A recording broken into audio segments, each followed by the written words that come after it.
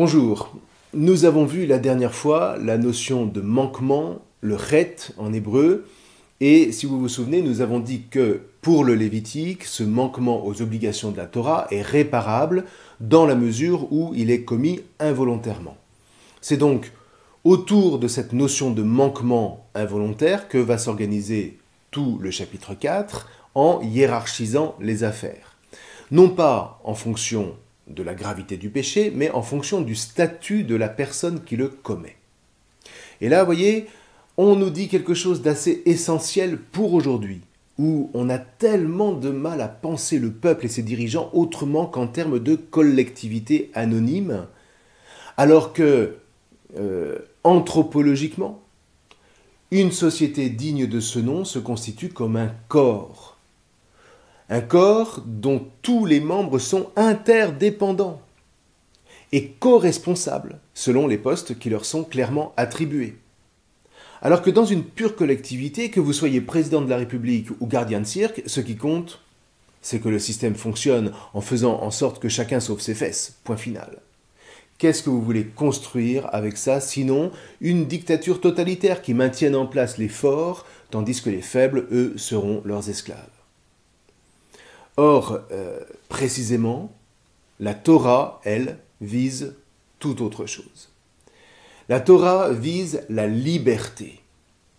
Et pour ça, elle met en œuvre cette fameuse pensée analogique dont on ne peut décidément pas faire l'économie pour comprendre ce qui se passe. Je vous rappelle que penser analogiquement, c'est faire une association a priori entre des réalités qui, analytiquement parlant, n'en ont pas. C'est faire le pari que, par exemple, l'univers s'organise selon le modèle du corps de l'empereur de Chine, souvenez-vous.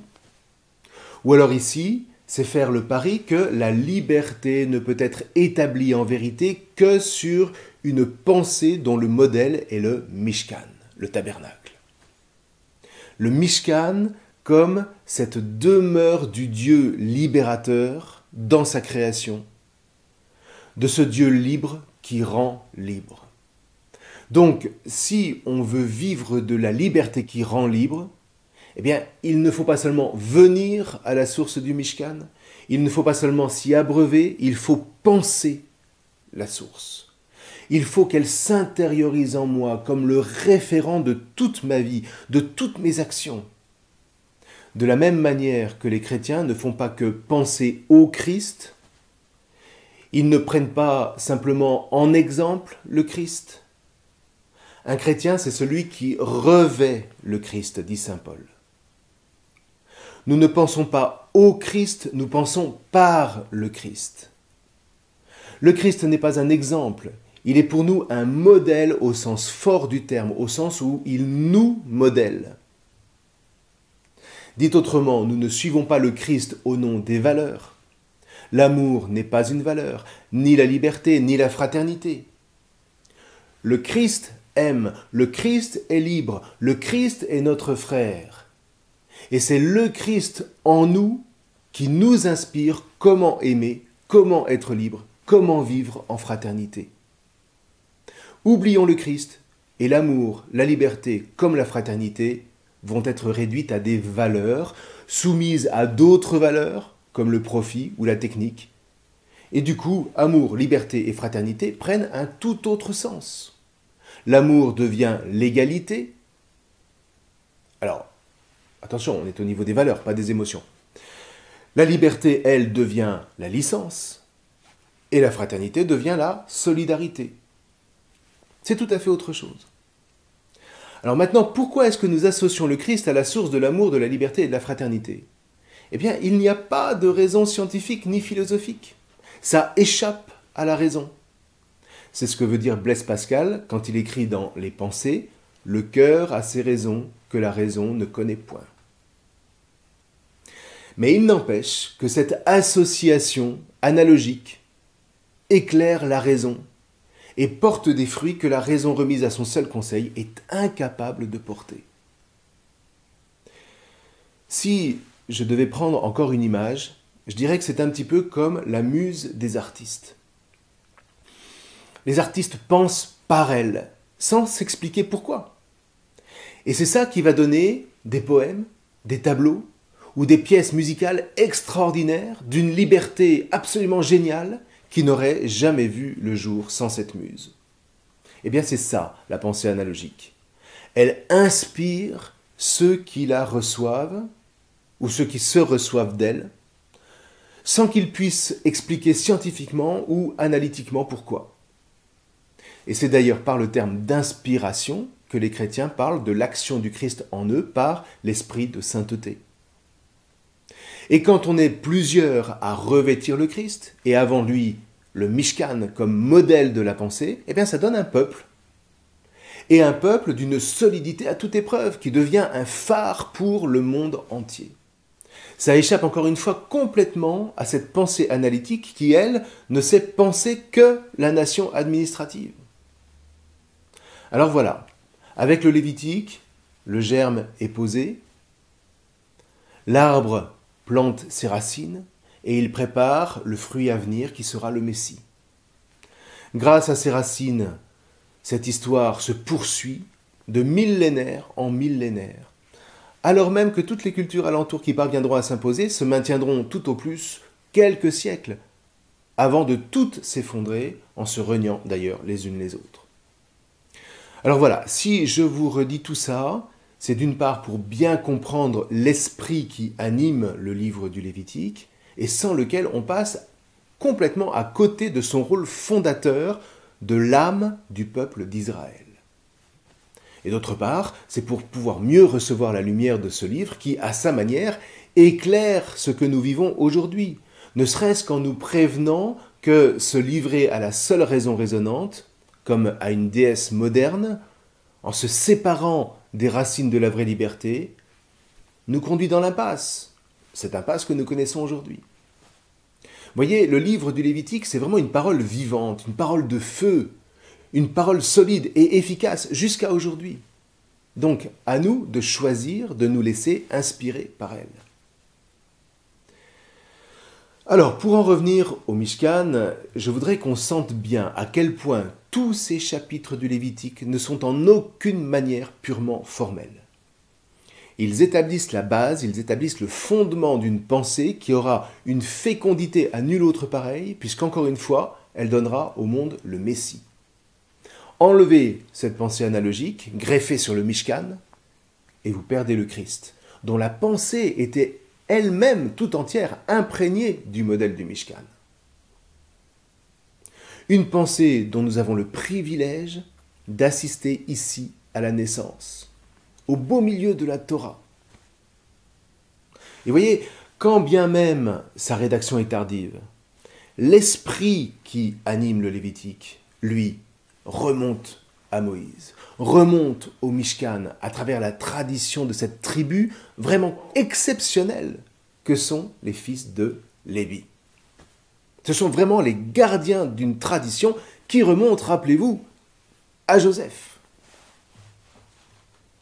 Donc, parlant du manquement dans ce chapitre 4, le Lévitique ne fait qu'appeler les fils d'Israël à ne jamais quitter cette référence fondamentale, et si c'est le cas, puisque le propre du péché, c'est d'éloigner précisément le fils d'Israël du Mishkan et de la sainteté à laquelle il mène, eh bien, les sacrifices sont là pour réparer cette brisure.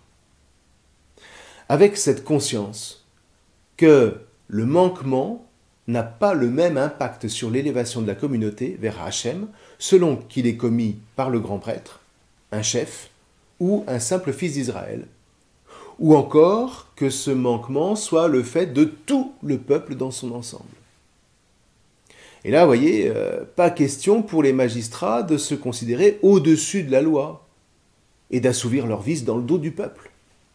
C'est devant Hachem que les choses sont jugées, et là, ça ne plaisante pas. Et en même temps, c'est le seul moyen pour que le peuple ne soit pas entravé dans sa vocation. Alors, ceci dit, ce ne sera pas si facile à mettre en place, mais bon, l'auteur qui écrit aux environs de l'exil ne le sait que trop bien, il n'est pas naïf. Là, il nous redonne simplement les fondements. Alors, d'abord, le péché involontaire du grand prêtre, que le texte désigne comme le prêtre qui a reçu l'onction, le Kohen HaMashiach. Alors là, la législation est un petit peu floue, on l'a vu dans le livre de l'Exode. Une fois, Aaron est tout seul à recevoir l'onction, une autre fois, ce sont tous les prêtres qui la reçoivent. Mais dans le Lévitique, on le verra, il n'y a que le grand prêtre qui reçoit l'onction. Donc ici, le Kohen HaMashiach est bien le grand prêtre. Non pas que les autres prêtres ne pêchent jamais, mais quand le grand prêtre pêche par inadvertance, si on se souvient de ce qu'on a dit de la relation intrinsèque qui relie le grand prêtre au peuple, comme en témoignent ses vêtements, rappelons-nous ses épaulettes et l'éphod qui est sur son pectoral, sur lequel sont inscrits les noms des 12 tribus, c'est au chapitre 28 de l'Exode, vous vous souvenez. Si on se souvient de ça, alors on comprend que, à travers lui, c'est tout le peuple sur qui rejaillit ce manquement. Il rend tout le peuple coupable, dit le verset 3. Vous voyez, on est vraiment aux antipodes le plus absolu d'une simple notion de collectivité à administrer de l'extérieur. Et cette solidarité du corps commence par les entrailles, par le grand prêtre qui n'est pas au-dessus des lois, mais qui est celui, au contraire, sur qui ces lois s'appliquent le plus strictement. Alors, on retrouve à la fin du verset 4 la fameuse imposition des mains qui relie charnellement l'offrant à l'animal qu'il offre. Les versets 5 à 7 décrivent quant à eux un rite particulier qui consiste à porter du sang recueilli de la victime à l'intérieur du Mishkan pour le projeter 7 fois avec le doigt en direction de l'arche et en enduire les cornes de l'autel de l'encens pendant que le reste du sang est versé, lui, au pied du grand autel des sacrifices. Alors ça, c'est très rare, parce que normalement, aucun animal, aucune partie animale ne pénètre dans le tabernacle. Néanmoins, on voit bien ici le lien qui s'établit entre les deux autels, l'autel des sacrifices et l'autel de l'encens. Et on est en train de nous dire que le manquement du grand prêtre a comme coupé ce lien. Comme si les sacrifices du grand autel avaient perdu leur connexion avec l'autel de l'encens chargé de représenter ces sacrifices devant l'arche. On a vu ça à propos d'Exode 30. Quant au sang sur les cornes, eh bien, c'est un rite d'expiation qui n'est normalement prévu qu'une seule fois par an, qui deviendra le jour du Kippour dans la tradition juive. Ce qui veut dire que quand le grand prêtre commet un manquement, fût-il involontaire, eh bien, il y a urgence. On ne peut même pas attendre le Kippour. Et tout ça, évidemment, est public. Ce qui veut dire que le Kohen HaMashiach assume son manquement devant tout le peuple. Vous voyez, encore une fois, quelle noblesse par rapport à nos petits hauts fonctionnaires qui passent par la porte dérobée avant d'enfourcher un scooter et d'aller commettre leur forfait et puis revenir en catimini à leur poste comme si rien ne s'était passé. Et là, on voit toute l'importance d'un livre comme le Lévitique qui ne condamne pas, mais au contraire ne vise qu'à une chose, la réparation. Et donc assume charnellement le fait qu'un manquement au plus haut sommet doit être expié rituellement pour que le culte puisse poursuivre sa fonction d'unification et d'élévation de la communauté autour de la figure du grand prêtre. Et évidemment, quand on parle d'expiation, on ne parle pas de coup de fouet ni de destitution du grand prêtre, ni encore d'une perte de pouvoir ou je ne sais trop quelle sanction dont René Girard aurait raison de la relier au bouc émissaire. Expier, c'est remettre publiquement en action le rite que le manquement de celui qui en a la charge a brisé. Ce qui veut dire que le grand prêtre rend des comptes au peuple. Alors ensuite, on retrouve les mêmes prescriptions que pour le sacrifice de paix. Ben oui, parce que c'est ça qu'on vise, pouvoir reprendre ce premier type de sacrifice, c'est au verset 10. Alors, regardons bien comment tout ça fonctionne. on a ouvert les entrailles de l'animal dont on brûle les graisses sur l'autel de l'Holocauste. On n'y revient pas. Mais attention, ces entrailles portent le manquement du grand prêtre. Donc, elles font de l'animal une victime impropre à toute consommation, jusqu'à son cuir. Et c'est la raison pour laquelle on va le détruire à l'extérieur du sanctuaire, comme si l'animal prenait sur lui la sentence qui menaçait le grand prêtre à cause de son manquement, à savoir être écarté du sanctuaire. Et là, évidemment, la tradition chrétienne va voir une figure du sacrifice du Christ qui est mise à mort en dehors de Jérusalem. Alors évidemment, là, ce n'est plus un animal qui est substitué au grand prêtre, mais c'est le nouveau grand prêtre en personne, comme dit l'Épître aux Hébreux, qui meurt, non en vertu de son propre manquement, mais en vertu du manquement de tous les hommes. Or précisément, juste après le manquement du grand prêtre, il va être question du manquement du peuple tout entier, parce que les deux sont intimement liés. Si intimement liés que le rite est quasiment le même. À partir du verset 13, donc, et jusqu'au verset 21, on nous décrit le rituel d'expiation pour le manquement du peuple, désigné explicitement comme la Eda, littéralement le témoin. Ce qui signifie que la communauté n'existe en réalité que comme témoin de l'élection et de l'alliance. Alors il s'agit toujours d'un manquement par inadvertance, mais qui est venu au jour, donc qui menace l'unité de cette communauté, qui menace la vérité du témoignage qu'elle porte à la face de Hachem et des nations. Alors là, on prend un taureau plus imposant que celui du grand prêtre, le manquement en quelque sorte prend de l'ampleur, et la similitude du rituel suggère que si le peuple s'est égaré involontairement, eh bien c'est à cause du manquement du Kohen HaMashiach. Voyez les conséquences. Par ailleurs, ce sont cette fois les anciens de la communauté qui viennent imposer les mains, et c'est reparti pour le rétablissement du lien entre l'autel des sacrifices et le Mishkan, avec l'aspersion du sang en direction de l'arche et l'ondoiement des cornes de l'autel de l'encens. Encore une fois, parce que ce manquement de la communauté a le même poids que le manquement du grand prêtre. Comme si on nous disait là, à la manière du rédacteur sacerdotal, que c'est tout le peuple qui est prêtre, comme l'a dit explicitement Hachem en Exode 19:6. Vous serez pour moi un peuple de prêtres. C'est une manière de dire que le grand prêtre représente devant Hachem le sacerdoce de tout le peuple constitué en Eda, en assemblée, en communauté. Et c'est par le rite charnel, concret, que ce manquement est réparé pour permettre aux offrandes de poursuivre leur office au nom de tous.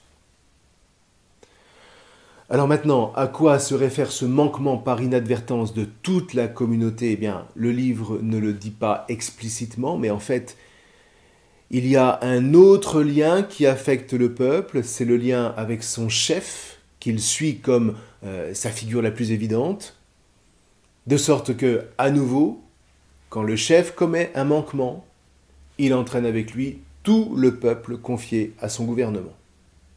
D'où la séquence qui s'ouvre avec le verset 22 jusqu'au verset 26 et qui concerne le manquement, cette fois, par inadvertance, du chef. Mais bon, nous verrons ça la prochaine fois. En attendant, percevons bien tout le travail qui est à l'œuvre ici. Vous voyez, il s'agit toujours du programme du chapitre 1 qui consiste à permettre à l'homme d'élever sa nature, de se réconcilier avec sa nature adamique, pour être rendu capable de rencontrer la nature de Hachem et permettre la réalisation de l'accomplissement du projet inscrit dès le commencement dans la création, à savoir l'union de ces deux natures, adamique et divine, dans une relation qui n'est autre, diront les prophètes, que celle des noces. Une relation sans confusion, une relation riche d'une éternité de vie. Et là, des chrétiens ne peuvent pas rester insensibles au dévoilement d'un tel dessein qui passe non pas par des exhortations morales ou idéologiques, qui ne sont que le fruit de notre animalité, mais par des actes charnels, rituels, qui concerne non pas tant chaque individu de son côté, que le peuple dans son entier, constitué en véritable communauté de vie, communauté de sens, tendu tout entier vers l'espérance de ses noces. C'est à ce vrai travail de conversion que nous convoque à sa manière totalement charnelle le Lévitique. Et donc, dans cette perspective, eh bien, je vous souhaite une bonne lecture de cette première partie du chapitre 4 du livre du Lévitique. Je vous remercie.